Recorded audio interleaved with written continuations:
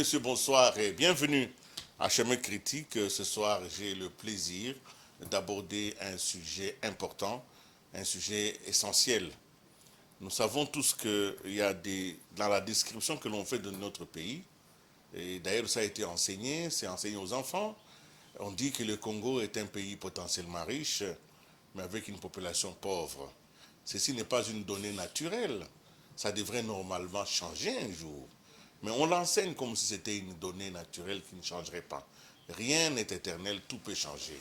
Donc on peut aussi changer le mot potentiel en transformant cette richesse potentielle en richesse réelle. Dans le cadre de cette émission, nous allons tenter d'examiner une réponse qui a été réservée à cette question: comment diversifier l'économie congolaise? Alors, il a existé des politiques publiques qui ont été menées depuis longtemps, depuis l'indépendance, mais il existe aussi une vérité, je vais vous la lire, et elle viendra du livre dont nous allons parler. Il a été dit dans ce livre qu'une transition économique réussie implique un flux continu des ressources de l'agriculture vers l'industrie. Voilà, donc nous parlerons de l'agriculture. Mais nous en parlerons de quelle manière? Nous en parlons aujourd'hui pour examiner une des grandes tentatives qui a été menée pour faire ce qu'on appelle une révolution. Comment changer le destin agricole de notre pays? Comment traverser cette agriculture de famille, agriculture de subsistance, vers une agriculture industrielle qui, elle, devra en réalité transformer la configuration économique du pays. Vous avez tous entendu parler du parc agro-industriel de Bukangalonzo. On en parle beaucoup. Et sur ces sujets, des légendes sont nées. Au point qu'entre la réalité et la fiction, les fantasmes et les certitudes, les brouillards s'est apaisi. Un Congolais, parmi l'un des meilleurs, a décidé d'apporter sa pierre à la compréhension de ce sujet et a publié un ouvrage. Cet ouvrage qui est aujourd'hui au cœur de notre émission. La débâcle du parc agro-industriel de Bukangalonzo, responsabilité et choix de la justice pénale. Le livre est clair, le livre commence par le mot débâcle, donc le livre est déjà une conclusion en lui-même. Ce livre est écrit par Maître Carlos Ngwapichi Ngwamashi, qui est mon invité. Bonsoir Maître Carlos. Bonsoir Monsieur Willy. Merci d'accepter toute cette longue introduction pour que j'atterrisse à cet ouvrage. C'est parce que le sujet dont il est question, il n'est pas encore conclu. C'est un sujet qui est encore en instance de justice. Et il n'est pas question que cette émission se transforme en prétoire, ni en tribunal. Notre souci ce soir, c'est simplement de faire véhiculer les idées contenues dans votre ouvrage. Le livre est appelé à être lu pour que chacun se fasse une opinion. Alors, vous êtes effectivement, vous avez un master en droit privé et judiciaire de l'université de Kinshasa, avocat au barreau de Kinshasa, Gombe. Vous êtes aussi masterant, donc vous êtes en train de préparer un master en criminologie économique et en environnement, expert en droit au WADA, dans le domaine du recouvrement des créances et en intervention criminologique. Vous êtes également conférencier, consultant et chercheur en droit pénal, privé, judiciaire et des affaires et en criminologie. Vous êtes donc outillé pour avoir les instruments nécessaires pour analyser cette question du parc agro-industriel de Bukangalonzo. Mais avant qu'on entre dans cet ouvrage, la question fondamentale, c'est la question de l'agriculture de notre pays. À votre avis, sans entrer dans l'ouvrage, qu'est-ce qui vous a mis à cœur d'écrire ce livre? Merci pour la question. Monsieur Willy, il faut noter que je vais revenir d'abord à la genèse. J'ai décidé d'écrire ces livres, d'abord premièrement, c'est parce que j'ai défendu le procès Bukangalonzo. J'étais l'un des conseils d'un prévenu. Deuxièmement, c'est après avoir suivi l'émission que M. Christian Osakoun avait accordée au chef de l'État, disons l'interview que le chef de l'État avait accordée à M. Christian Osakoun à Goma. Alors il s'est posé une question. Il dit, mais écoutez, j'entends parler des procès qui sont organisés contre les détourneurs des deniers publics. Mais les fruits de ces détournements-là ne rentrent pas dans la caisse de l'État. Comment justifier cela? En tant que juriste praticien, je me suis dit non, il y a de la matière ici. La question est pertinente. Comment on arrête les gens? Ils vont en prison, ils font la prison 10 ans, 15 ans, 20 ans. Mais les fruits de cette infraction-là, la victime n'est pas rétablie dans ses droits. La victime étant ici l'État. La République, disons l'État, dans le cas d'espèce. Alors, tout est parti de là. Alors, je me suis posé la question, est-ce que notre justice pénale aujourd'hui est en mesure, n'est-ce pas, de rétablir la victime dans le cas d'espèce dans ses droits? Raison pour laquelle je me suis donné comme objectif de commencer la recherche sur cette question spécifique qui est la débâcle du parc agro-industriel de Bukangalonzo, où on poursuit des gens pour le détournement des deniers publics. Voilà. Et évidemment, vous dites vous-même dans cet ouvrage, et nous allons tout à l'heure aller en profondeur, que le projet du parc agro-industriel de Bukangalonzo est un projet pilote et révolutionnaire. Pourquoi révolutionnaire? C'est pas un gros mot? Alors, je pense que les mots méritent d'être employés parce que, premièrement, il faut noter que c'est l'un des premiers, disons, des grands projets que notre pays, disons, le gouvernement a initié. C'est parmi les politiques publiques adoptées par un gouvernement qui pouvait également permettre à la République, n'est-ce pas, de décoller sur le plan économique. Alors, raison pour laquelle je dis que c'est un projet révolutionnaire. Mais révolutionnaire, vous savez que dans ce pays, il y a eu d'AIPEN aussi. Oui. Il y a eu des projets agricoles, il y en a eu beaucoup. D'ailleurs, dans l'ouvrage, vous en parlez, nous allons essayer de les révisiter. Tout à fait. Pourquoi révolutionnaire? Qu'est-ce qu'il y avait dans ce projet de suffisamment innovant pour qu'il y ait une rupture totale? Déjà, lorsque vous prenez le projet de Bukangalonzo, on vous dit, parmi les objectifs, c'était de diminuer les importations des produits de première nécessité que notre pays est en train de faire à tout moment, où ça coûte beaucoup, n'est-ce pas, à la République. Déjà, c'était très capital. Deuxièmement, les projets avaient également parmi les objectifs la création de l'emploi. Les nombres de Congolais qui devraient être engagés ou qui avaient été engagés. La diminution de la pauvreté. Donc toutes ces questions-là sont capitales. Aujourd'hui, notre pays peine à se développer parce que j'ai toujours considéré que notre pays, c'est parmi les pays en refus de développement. Nous avons tous les atouts. Mais l'acteur qui est appelé, n'est-ce pas, à mettre ça en musique, n'arrive pas à le faire.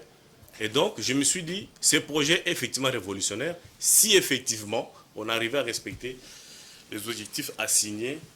À ce projet. Voilà. Nous allons revenir dans le passé un tout petit peu. C'est en 2014 que ce projet a été inauguré. Tout à fait. Lancé en tout cas pour son fonctionnement par le président Joseph Kabila à l'époque. Et c'était un jour de joie. C'était un jour de gloire pour la République qui venait ainsi d'ouvrir pour son avenir une activité qui devrait normalement devenir non pas une débâcle, mais en tout cas un moment de développement. Nous allons revenir, nous allons emprunter à l'histoire et à nos confrères d'Antenne A ce reportage qui nous ramène ce jour-là. Suivons. À 3 heures de la route de Kinshasa sous la nationale, la cité de Bukangalonzo, dans les Bandundu, peut ainsi respirer l'air de la modernité agricole. Cette cité calme a le mérite d'abriter les premiers parcs agro-industriels parmi les 16 à devoir être installés à travers le territoire national. Le chef de l'État Joseph Kabila en personne a fait le déplacement ce mardi 15 juillet pour lancer officiellement les activités de ces parcs qui s'étend sur une superficie de 80 000 hectares et financé sous fonds propres du gouvernement à la hauteur de 83 millions de dollars américains. L'objectif du gouvernement est de faire de la RDC un pays émergent à l'horizon 2020. Pour les ministres de l'Agriculture et du Développement rural, ce projet du parc agro-industriel s'inscrit dans le cadre de la campagne agricole initiée depuis 2012. Programme de parc agro-industriel s'inscrit dans le cadre du premier axe du plan national d'investissement agricole 2013-2020 relatif à la promotion des filières agricoles et de l'agribusiness. Ce programme fait suite à l'organisation des campagnes agricoles initiée en 2012 qui, elle, appuie les petits paysans dans les 11 provinces. L'on pourrait se demander qu'est-ce que c'est un parc agro-industriel. Un parc agro-industriel peut se définir à terme simple comme une zone économique spéciale à vocation agro-industrielle, aménagée et dotée de services allant de la recherche jusqu'à la mise au marché en passant par la formation. À titre de rappel, dans le domaine agricole, le gouvernement de la RDC a initié plusieurs projets. La campagne agricole sur la redynamisation de la recherche agricole, la construction d'une usine d'engrais chimiques à Boma, dans le Bas-Congo, et la réhabilitation du domaine industriel de l'Ancelé. Tous ces projets visent l'autosuffisance alimentaire. Voilà, nous revenons sur ce plateau. C'était ce jour-là. Il s'est passé plusieurs années, 10 ans déjà. Aujourd'hui, en 2024, un livre sort pour parler de la débâcle. On ne va pas entrer dans les détails parce que cette émission a aussi comme idée de promouvoir la lecture personnelle de cet ouvrage. Je ne vais donc pas l'expliquer totalement. Mais je vais prendre quelques éléments qui vont nous permettre d'en faire une promotion parce qu'il faut quand même que le livre soit lu. Dans votre livre, vous évoquez ce que vous appelez vous-même des raisons. Vous dites qu'il y a des raisons qui peuvent expliquer la débâcle, mais il y a aussi des fausses raisons, que vous appelez des raisons. On va essayer de comprendre un peu tout ça. Vous dites, avant d'entrer dans les raisons, vous dites que l'étude de faisabilité a été faite par KPMG, une société quand même à réputation extraordinairement bien établie. Mais en même temps, ceux qui attaquent Boukangalonzo disent effectivement que l'étude de faisabilité a été bâclée. Parce que Boukangalonzo connaît ce qu'on a appelé un péché congénital. Comment peut-on aller faire sur un terrain inhospitalier où la terre elle-même n'est pas bien cultivable des cultures vivrières? Comment est-ce qu'ils ont pensé comme ça? Donc on commence par le premier élément, péché congénital. Et on reproche à KPMG d'avoir introduit des fautes dans les décisions de l'État. Alors, effectivement, j'ai considéré cela comme une déraison. Pour la bonne et simple raison que, imaginez-vous un projet qui a commencé en 2014, mais en 2015, il y a eu la production du parc agro-industriel de Boukangalonzo. Nous avons consommé le maïs ou la farine de maïs du parc agro-industriel de Boukangalonzo. Donc, ce qui veut dire que les études qui étaient faites, n'est-ce pas, étaient bonnes. Donc, les tenants de ces soutènements ne sauront pas aujourd'hui dire que voilà, on n'avait pas bien fait les études du sol, mais en 2015, il y a eu production de farine de maïs. C'est pourquoi je conseille cet élément-là. Cette raison est suffisante. On peut produire une année et puis après ça devient la sécheresse. Non, mais ça devient la sécheresse par rapport à quoi? C'est par rapport aux vraies raisons que j'ai évoquées. La débat commence par rapport aux vraies raisons qui ont été évoquées plus tard et nous les verrons. Nous allons y aller parce que vous dites aussi que les choix des acteurs, c'est une fausse raison. Parce que pour vous, les acteurs qui ont été mis en place étaient les meilleurs. Oui, parce que lorsque vous suivez les différents rapports qui sont suivis, il y a Ernest Young également qui a fait l'audit là-bas, vous verrez que ces acteurs-là, effectivement, maîtrisaient, n'est-ce pas, ce qu'ils faisaient. Ils étaient vraiment du domaine. On n'est pas les citer. On dit qu'Africom, parce que c'est Africom, comme on dit, Africom n'avait pas de compétences dans le domaine de l'agriculture. Oui, mais est-ce que vous savez que lorsque nous avons connu le problème de maïs ici, il y a une délégation du gouvernement qui est allée en Afrique du Sud? Oui. Arrivé sur place, il me semble, je préfère utiliser l'adverbe de doute, qu'ils sont allés voir M. Christophe Grobler, qui est le patron de Africom Commodities. Donc, ce n'est pas pour autant qu'on a le maïs, hein? Pardon? Ils n'ont rien fait après. Non, c'est pour vous dire qu'effectivement, c'est un expert, n'est-ce pas, en la matière. Donc, il maîtrise bien ce qu'il faisait. Donc, les vraies raisons, nous les verrons plus tard. Ce n'est pas les problèmes d'études du sol, ce n'est pas les problèmes d'acteurs, mais plutôt, on arrivera. Vous ajoutez aussi à cette déraison une autre raison. Vous dites effectivement que vous refusez le fait que les chefs coutumiers, les communautés locales n'avaient pas accepté de céder ces terres-là parce qu'elles ont été obtenues par la tromperie. Vous dites que c'est faux. Également, je considère cela comme une Vous fausse refusez raison. la force de pouvoir coutumier. Non, mais par contre, Dans les Bandundu. Hein? dans nos recherches, Oui.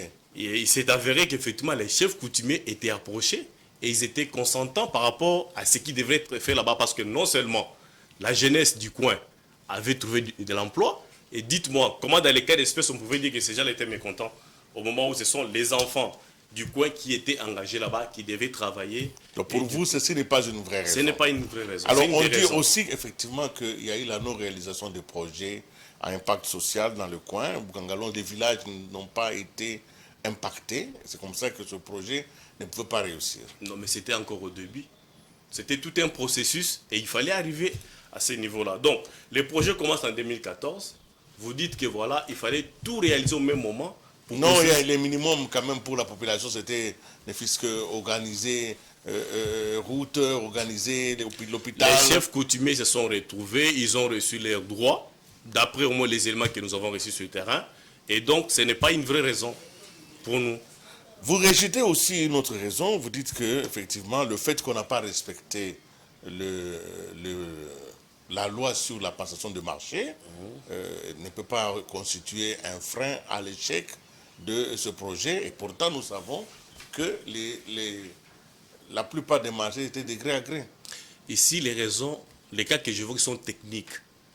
On ne peut pas dire aujourd'hui parce qu'on n'a pas respecté la procédure de passation des marchés. Sinon, Alors, on aurait eu un bon opérateur. S'il y avait une concurrence, oui. Africom aurait été confronté à d'autres grands producteurs qui sont connus. Il n'a pas été démontré ici qu'Africom était incompétent, n'est-ce pas, dans les cas d'espèces pour pouvoir réussir dans ces projets.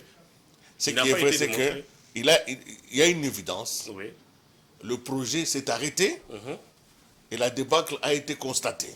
Bon, maintenant, quelles que soient les explications, ça n'enlève pas cette vérité que Bukangalonzo fit un échec. Bukangalonzo fit un échec et nous le verrons, comme je l'ai dit. Des vraies raisons existent et nous allons les démontrer tout à l'heure. Très bien, nous sommes en train de le démontrer.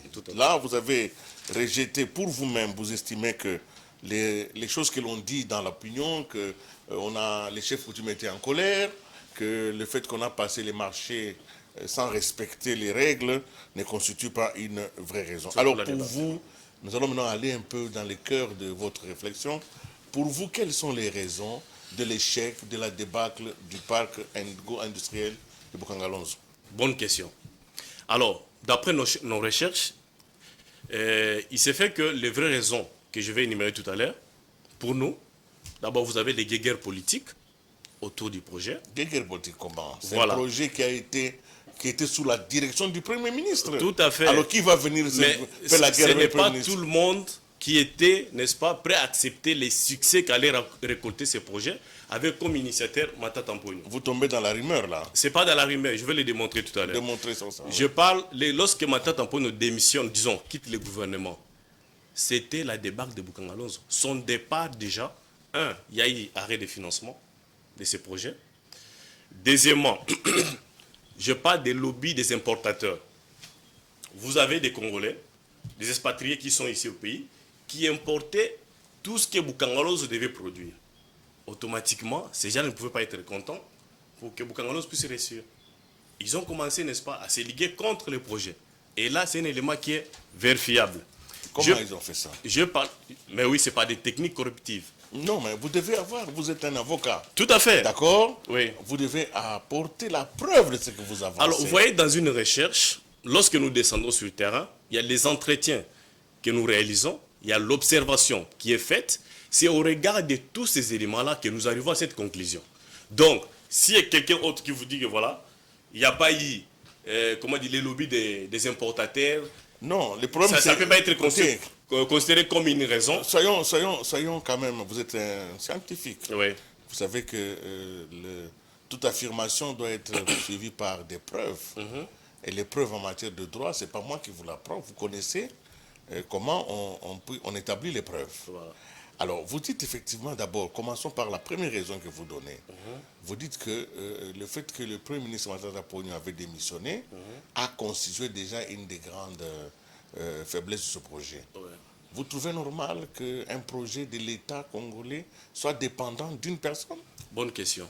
Vous savez, lorsque comment il s'appelle, Sami Badibang arrive comme Premier ministre, il vous dit, pour moi, la priorité, c'est l'organisation des élections.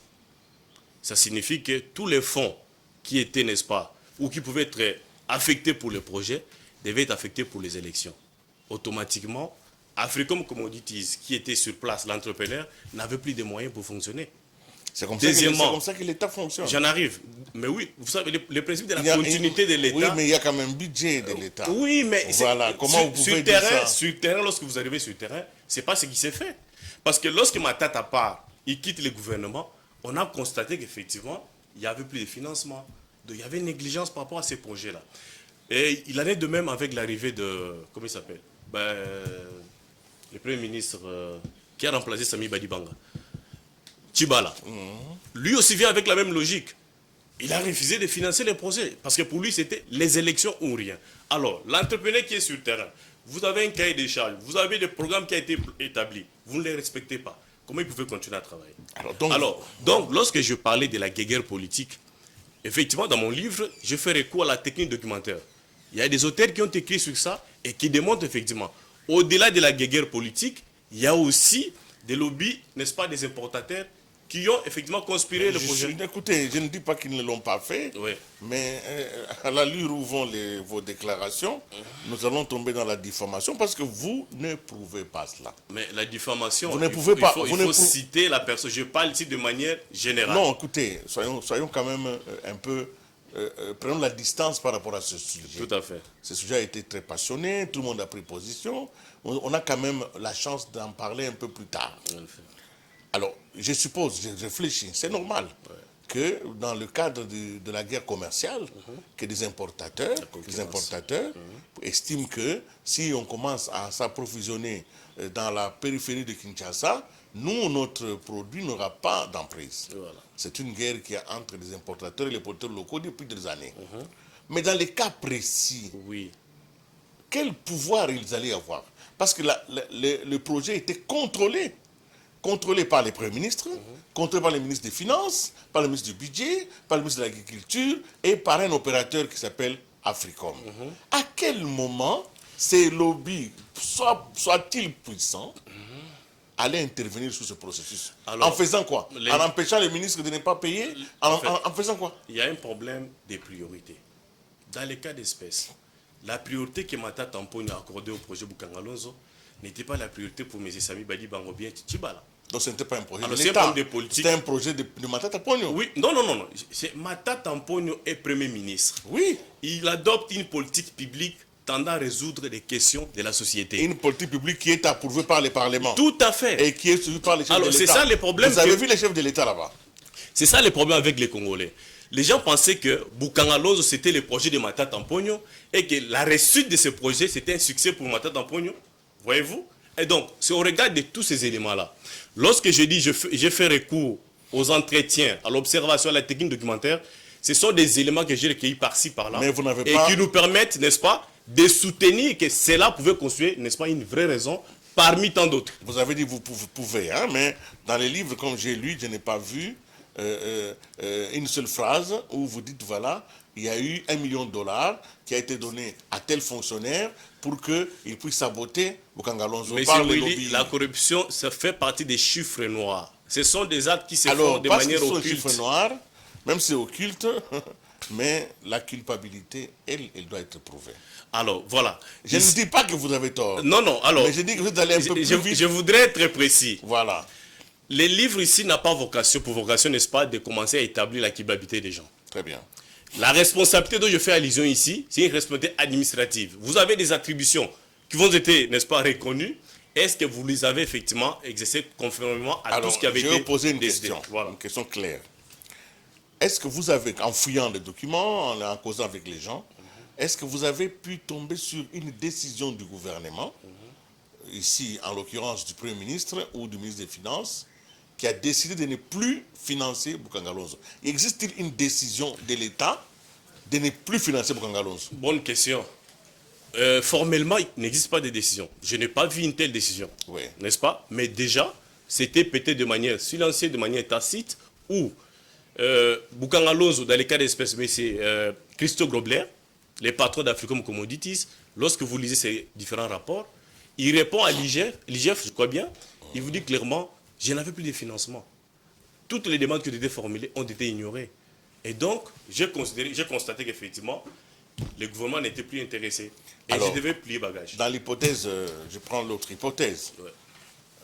Le gouvernement cesse de financer parce que convaincu qu'il y a un péché congénital. C'est pas une raison, ça. Ah, mais non. Mais vous devez le faire officiellement. Vous devez notifier à votre partenaire qu'au regard de telle raison, nous cessons, n'est-ce pas, de financer le projet. Ce qui n'a pas été le cas. Vous ajoutez parmi les raisons qui sont dans les livres, hein, j'ai lu un peu, vous dites effectivement, je voudrais savoir quel lien vous faites entre les deux choses. Vous dites que parmi les raisons de la débâcle de Boukangalonzo, il y a l'absence de cohésion nationale autour du projet. Oui. Quelle relation faites entre Alors, parlant de la cohésion nationale oui, et du parc agro-industriel? dès le départ, j'ai fait allusion, j'ai dit, d'ailleurs vous l'avez soutenu, que j'ai qualifié ça de projet révolutionnaire. Oui. Alors, parlant d'un projet révolutionnaire, à mon avis, on ne devait pas trouver l'opposition ni la majorité. Parce que, effectivement, Boukangalonzo devrait servir, n'est-ce pas, à nourrir les peuples congolais. Alors, autour de ces projets, je n'ai pas trouvé, en fait, les études qui ont été menées, il y a eu absence de la cohésion nationale. Les Congolais n'étaient pas tous unis derrière ces projets. Sinon, ça les réussit. Imaginez-vous. Les Congolais ont contribué, ils ont fait l'impôt. C'est l'argent des Congolais. Laissez-moi évoluer. Oui, peut-être. Quel type de cohésion vous vouliez? Le petit peuple, peut-être, qui ne pouvait pas être mêlé dans toutes ces décisions de politique, pouvait dire, voilà, écoutez, moi je suis d'accord, il faut que les politiques maintenant puissent agir. Alors, c'est ce qui a manqué, n'est-ce pas, à nos gouvernants. C'est-à-dire, ils n'ont pas été unis autour de ces projets. C'est pourquoi je parlais de l'absence de la cohésion nationale autour du projet du parc agro-lycée de Boukangalonzo. Mais est-ce qu'il y a eu une opposition formelle? Non, non plus. L'opposition, vous savez, non seulement l'opposition en termes de, au niveau de l'Assemblée nationale, comme dit opposition majorité, mais même au sein du parti politique où appartenait M. Matata, il y avait des opposants. Il y avait s'il faut l'appeler, des concurrents. Pour eux, ils disaient, écoutez, si ces projets réussissaient, Matata Mpogno, peut-être serait les dauphins. Maintenant, alors, il faut mettre les bâtons. Très bien, je vous pose une question angoissante. Admettons que vous ayez raison, que ce projet, au-delà de la contradiction dans les partis et la guerre politique, mais ce projet a trouvé effectivement sa plus grande opposition dans l'existence d'un lobbying d'importateurs. La question est angoissante. Ça signifie que notre pays ne pourra jamais se développer. Bonne question. Alors, évoquant la question de lobbying des importateurs, effectivement, je démontre que ceux-ci ont procédé par des pratiques corruptives. Je les qualifie comme des chiffres noirs. Ça signifie qu'effectivement, l'État ou nos gouvernants doivent prendre conscience. Savoir qu'effectivement, lorsque vous voulez réaliser un tel projet, vous avez des concurrents, il y a des gens qui vont aller peut-être utiliser ces pratiques-là pour persuader ceux qui doivent agir, qui doivent prendre des décisions, moyennant des billets de banque. Et automatiquement, il s'est dit, bon, vous me donnez 1 million, vous me donnez 2 millions. Je préfère récupérer cet argent-là et empêcher qu'il y ait réussite dans ces projets ou dans tel autre. Voilà. Évidemment, vous avez situé le projet de parc agro-industriel dans une dynamique historique. Parce qu'au début de votre ouvrage, vous revenez à tous les différents plans. Ce qui m'a fait plaisir parce que vous commencez en 72, vous parlez du plan intérimaire, vous parlez du programme agricole minimum, vous parlez du plan de relance agricole, vous parlez du plan directeur de développement agricole et rural de 91-2000, et vous allez parler aussi, je crois, vous avez teasé vous parlez du programme national de relance du secteur agricole. En réalité, donc, vous avez un regard suffisamment élevé et éloigné, très loin, vous allez très loin dans la perspective sur le destin agricole du Congo. Nous ne pourrons jamais avancer si nous ne parvenons pas à réaliser cette révolution agricole. La première tentative de marque, c'est l'opération Boukangalonzo, qui a échoué, et un homme aujourd'hui passe des nuits de cauchemar pour justifier ce qui, d'une manière ou d'une autre, lui est reproché, à raison ou à tort. Mais je pose maintenant la question à l'avocat, aux Congolais que vous êtes. Si nous échouons la révolution nous ne pourrons jamais développer notre économie. Alors, qu'est-ce que nous faisons? Parce que c'est depuis 60, hein, vous avez fait l'historique. Tout à fait. Qu'est-ce que nous faisons? Il était nécessaire de rappeler l'histoire, Oui. n'est-ce pas, par rapport à ces projets de Bukangalonzo. C'est pour servir à l'homme, pour servir aux acteurs politiques, de savoir d'où nous venons. Les différents échecs devront servir, n'est-ce pas, aux gouvernants pour prendre de bonnes décisions prochainement. Là où nous avons échoué, on peut rectifier les tirs. Alors, deuxièmement, il faut que nos gouvernants arrivent à comprendre que le projet qui est initié ou qui a été initié par Kabila n'appartient pas à Kabila. Ça appartient à la République. Et nous parlons du principe de la continuité des services publics. C'est ce que l'homme congolais doit intégrer. Tout ce qui était bon doit être peut-être adopté et puis ça doit continuer. Alors, parmi les péchés, n'est-ce pas, de ces projets, c'est parce que nous avons réduit ça à la personne de l'ancien Premier ministre Matata. Ce n'est pas lui-même qui l'a mis sur son compte? Non, mais ce sont les actions qu'elle lui a posées. Si elles sont positives, tant mieux, il faut le reconnaître. Je sais que l'échec est toujours orphelin. Donc, je disais, nous devons cesser de considérer des projets à intérêt public comme appartenant à un individu. C'est parmi le mal. Aujourd'hui, si ce projet n'a pas évolué, c'est entre autres, c'est ça la raison. Donc, ça signifie que prochainement, nos politiques publiques qui sont adoptées, nous devons tenir compte de l'intérêt général. Bukangalonzo, c'était un projet pilote. Ouais. Ça signifie qu'il devait se faire des expériences comme ça dans tous les pays. Provinces, ouais. Vous avez même cité même les lieux, les Kassai occidental, qui parlent de tout ça. Louisa, Maniema, tout Alors, ça. depuis la difficulté avec ce projet, comment se porte la politique publique plus tard sur l'agriculture? Qu'est-ce qui a été fait après ça? Alors, en tout cas, en ce qui concerne spécifiquement Bukangalonzo, les éléments recueillis sur le terrain, il me semble qu'il y avait un projet qui avait été initié toujours par le gouvernement, je crois en 2019 ou 2020, sauf erreur de ma part, avec les Canadiens qui devaient récupérer les parcs. Mais ça a été encore une autre débâcle, parce que jusqu'à aujourd'hui, rien ne s'est fait sur le terrain. Donc les lobbies fonctionnant pour l'importation, parce que l'importation, l'année 2023, je crois que nous sommes à 2 milliards. Oui. Hein, on a passé d'1 milliard maintenant À 2 milliards. à 2 milliards de Voilà. produits alimentaires. Oui.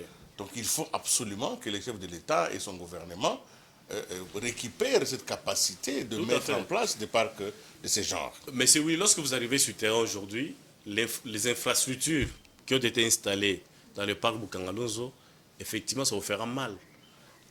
Vous allez vous rappeler de la déclaration du Premier ministre Ilunga Kamba, je crois bien, Oui.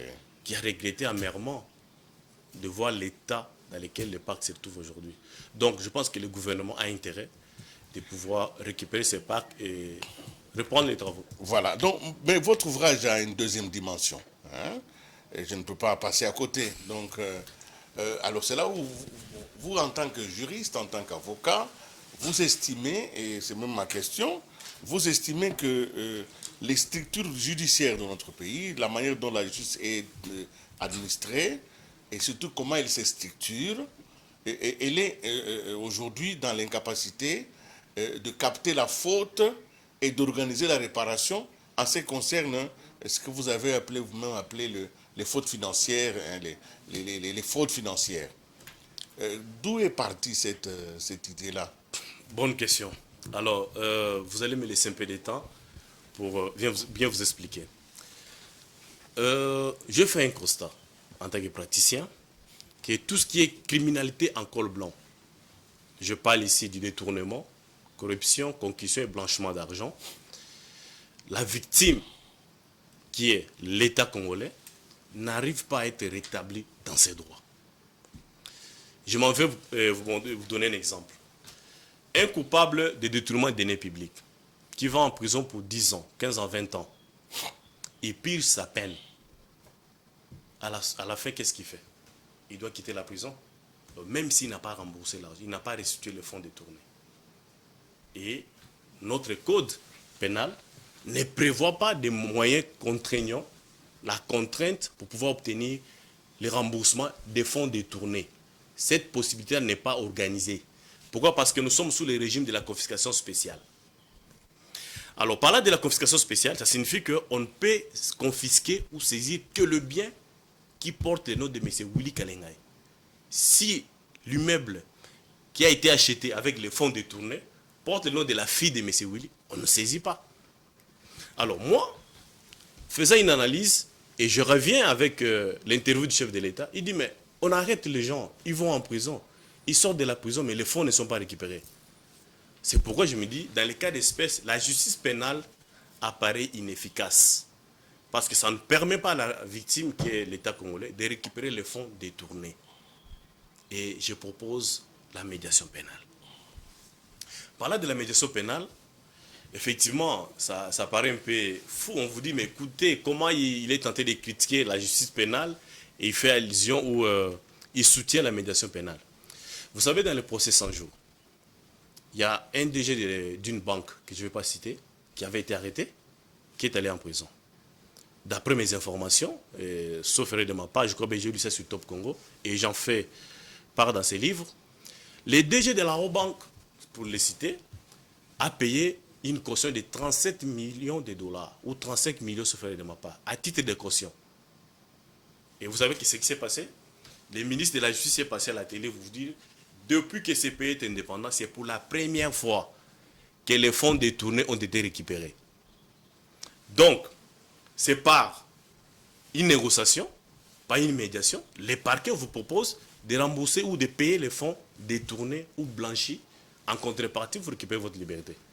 Et cette approche, aujourd'hui, a payé. L'État a récupéré les fonds. Le prévenu qui était poursuivi a été remis en liberté. Et donc, je pense que cette approche est capitale dans les cas d'espèce. Là, c'est de 1. Donc, je parle de la médiation pénale ou de la négociation. Ça permet à ce que la République, qui est la victime, de pouvoir récupérer ses fonds. Et ça s'est fait déjà aux États-Unis, en France et ailleurs. Cette pratique ou cette approche est applicable. Alors, pourquoi je parle de l'inefficacité de la justice pénale? Je l'ai démontré que lorsque le coupable pire sa peine, il doit quitter la prison même s'il n'a pas remboursé les fonds. Et lorsque vous lisez la loi, sauf erreur de ma part, c'est l'article 245 de la loi dite foncière qui vous dit le bien présent et à venir constitue les gages communs pour les créanciers. Donc, vous demandez à quelqu'un qui a fait 20 ans en prison que plus tard, si vous avez des biens, on pourra saisir ça. Il va préparer son insolvabilité. Et la plupart de nos dirigeants procèdent par des procédés de prête-nom. Il achète un bien, il met ça au nom d'un enfant ou de sa femme que vous ne pourrez pas saisir. Donc, parmi les propositions, au-delà de la médiation pénale, parce que le prévenu peut refuser, même si vous le présentez les évidences, oui, monsieur, effectivement, vous avez détourné de l'argent, il peut refuser, il peut clamer son innocence. Alors, il faut maintenant renforcer ou essayer d'apporter des réformes au code pénal. Je propose, en ce qui concerne toute la criminalité en col blanc, que non seulement qu'on rende les immunités inopérantes en cas de détournement, c'est-à-dire que le parquet général n'a pas besoin de saisir l'Assemblée nationale, de saisir l'Assemblée provinciale pour obtenir la levée des immunités. Donc il a le main libre pour poursuivre le prévenu. Deuxièmement, que nous revenions au régime général, de confiscation générale. C'est comme dans les cas de blanchiment. Aujourd'hui, lorsque vous êtes poursuivi pour le blanchiment des capitaux, les juges ont la possibilité d'ordonner la confiscation générale. Ça signifie quoi? On vérifie parmi vos biens. On trouve qu'effectivement, M. Willy Kalengai, il a un immeuble de Sozacom qui porte le nom de sa femme. On regarde la période dans laquelle vous étiez aux affaires, on s'est dit, mais sa femme ne pouvait pas avoir cet argent. Automatiquement, les juges peuvent ordonner la confiscation de ces biens-là. Alors, ce sont des contraintes que le législateur peut récupérer et mettre en place. Et à la limite, je serai trop rigoureux tout en étant criminologue, je plaide pour la peine de mort pour toute la criminalité environnementale, disons la criminalité à col blanc. Voilà. C'est comme ça que votre préfacier, professeur Raoul Kienge, oui, il dit que vous avez prêté voix aux abolitionnistes. Tout à fait. Alors, non, le professeur Raoul, effectivement, est abolitionniste, effectivement. Oui. Lorsque je parle de la peine de mort ici, effectivement, pour lui, il sera contre. Il est contre la peine de mort. À la limite, soit on parlait peut-être de la peine à perpétuité. Mais il faut maintenant que, vous savez, la peine a un caractère dissuasif. Donc, c'est-à-dire que lorsque vous voulez prendre les risques de détourner, vous devez savoir qu'à côté, c'est la peine de mort qui vous attend, soit c'est la peine à perpétuité. Vous aurez constaté... Déjà, oui. permettez que je termine, déjà, vous allez permettre à la personne qui veut poser cet acte-là de s'abstenir. J'ai dit, les crimes est inhérent à la vie humaine. On ne dira pas que voilà, les codes pénals avertis avant de frapper, oui, mais malgré ça, il y a toujours des cas... des gens de sous-pression, Tout du à mal. fait. Merci bien. Vous savez, je vous ai laissé le temps que vous avez demandé. Oui. Maintenant, essayez de réagir à 2 trois petites questions que ça a suscité à moi. D'abord, quand vous dites que vous proposez la médiation pénale, donc quelqu'un qui a détourné, il faut qu'il rembourse ce qu'il a détourné. Vous savez que le fait de négocier tout sur les fonds, vous ne faites pas ressortir le mal qui a été posé. Si ça suffit simplement de rembourser l'argent pour retrouver la liberté, alors il n'y a pas de faute pénale. Alors, non, mais avant d'accepter de rembourser, c'est-à-dire que vous êtes en face des évidences. On vous dit les faits sont établis. Là, peut-être vous êtes au parquet. Parce que lorsque vous payez ces fonds... Mais la privation de liberté, c'est quelque chose d'important aussi. Qu'est-ce que la République gagne? Elle gagne d'avoir mis à côté, d'avoir mis au NUF un criminel. Qu'est-ce qui serait mieux entre récupérer les fonds détournés et priver la liberté à quelqu'un? Priver d'abord la liberté à celui qui peut encore continuer à Alors, voler. donc, moi, je suis réaliste. Parce que le peuple congolais que vous êtes, vous avez parlé des impôts que vous payez. Donc, à chaque fois qu'il y a détournement, on se pose la question, mais bon, on a vu ce qui est wapi. C'est ça la question principale.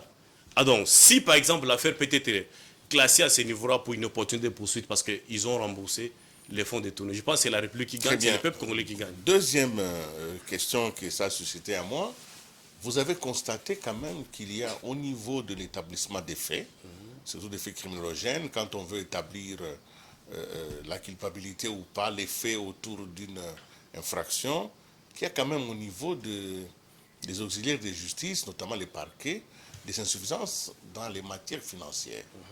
J'ai vu dans votre livre, vous avez évoqué la question du parquet financier, et c'est une des questions d'ailleurs sur lesquelles revient l'IGF aujourd'hui. Comment pourrait fonctionner ce parquet financier et quelle pourrait être son attribution principale? Voilà, alors, bonne question. Je vais répondre sous 2 volets. Le premier volet déjà, pour moi j'estime, au-delà de la création de parquets financiers et des tribunaux spécialisés en la matière, nos parquets aujourd'hui ont les atouts nécessaires de poursuivre tous les criminels en col blanc. Nos parquets aujourd'hui. Mais seulement, je pense, comme vous l'avez évoqué, il faut ajouter la formation, l'encadrement, n'est-ce pas, de nos magistrats pour qu'ils puissent se spécialiser par rapport à cette criminalité. Là, c'est de 1. Deuxièmement, je soutiens la création du parquet financier, comme le professeur Nyabirungu. Ici, les attributions seront définies par la loi, c'est-à-dire qu'ils vont s'occuper de tout ce qui est criminalité économique et financière. Ils vont s'occuper de ça. Les tribunaux également auront des attributions. Donc, ce sera un parquet spécialisé qui va s'occuper uniquement de cette catégorie de faits infractionnels. Et j'avance.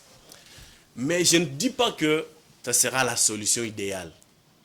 Parce que, malgré tout, ces parquets-là seront gérés par des hommes.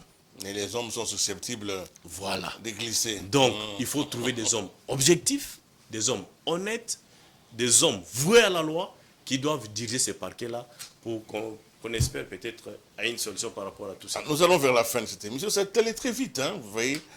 L'émission avait comme objectif de montrer qu'un livre vient d'être écrit. Je n'ai pas voulu aller en profondeur. C'est un livre qui a plusieurs chapitres et c'est un livre qui a le bonheur de faire l'historique et surtout d'aller dans toutes les considérations.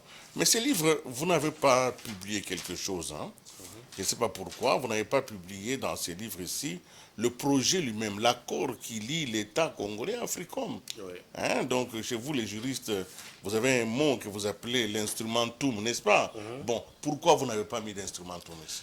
Alors, les contrats, je parlais de ça de manière superficielle. Il y en a eu 2, il faut bien souligner.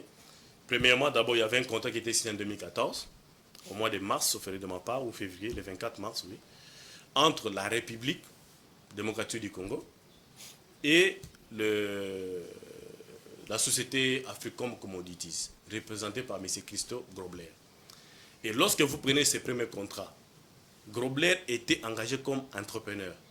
C'est-à-dire que c'est en quelque sorte, c'était un projet de l'État et que Grobler était engagé tout simplement pour apporter son expertise, travailler, moyennant les fonds qui devaient être mis à sa disposition.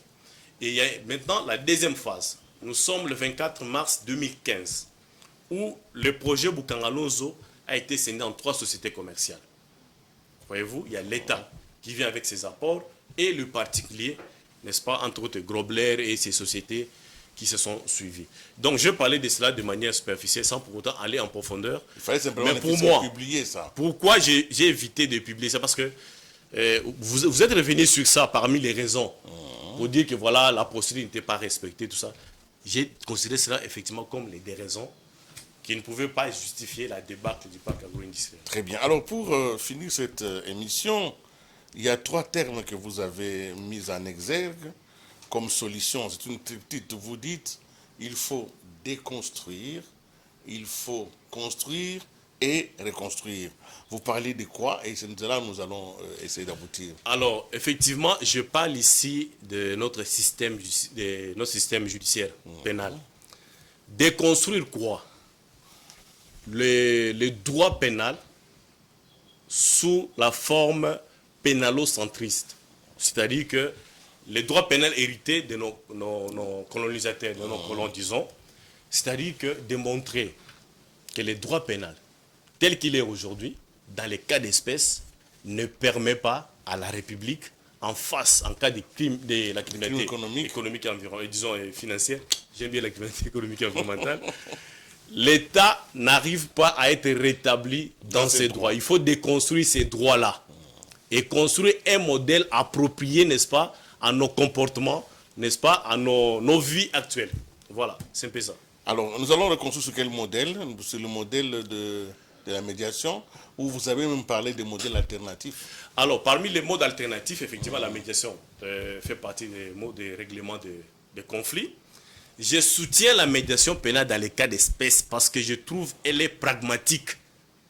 Elle est pragmatique dans la mesure où, non seulement, au lieu d'envoyer les gens en prison pour ne pas rembourser les fonds, vous pouvez négocier avec le prévenu devant les évidences qui acceptent de négocier et le dossier est classé pour inopportunité de poursuite.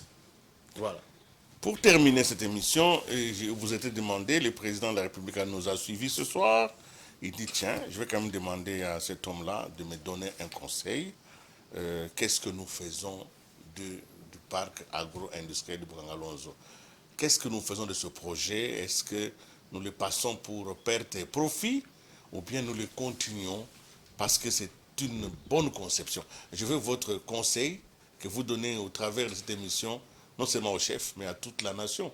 Si c'était quelque chose de bien, si vous êtes convaincu que c'était un bon projet et qu'il peut régler cette question de révolution agricole, que nous pouvons passer maintenant de l'agriculture des substances vers une agriculture industrielle, donc diversifier l'économie, si c'est votre conviction, alors dites-le.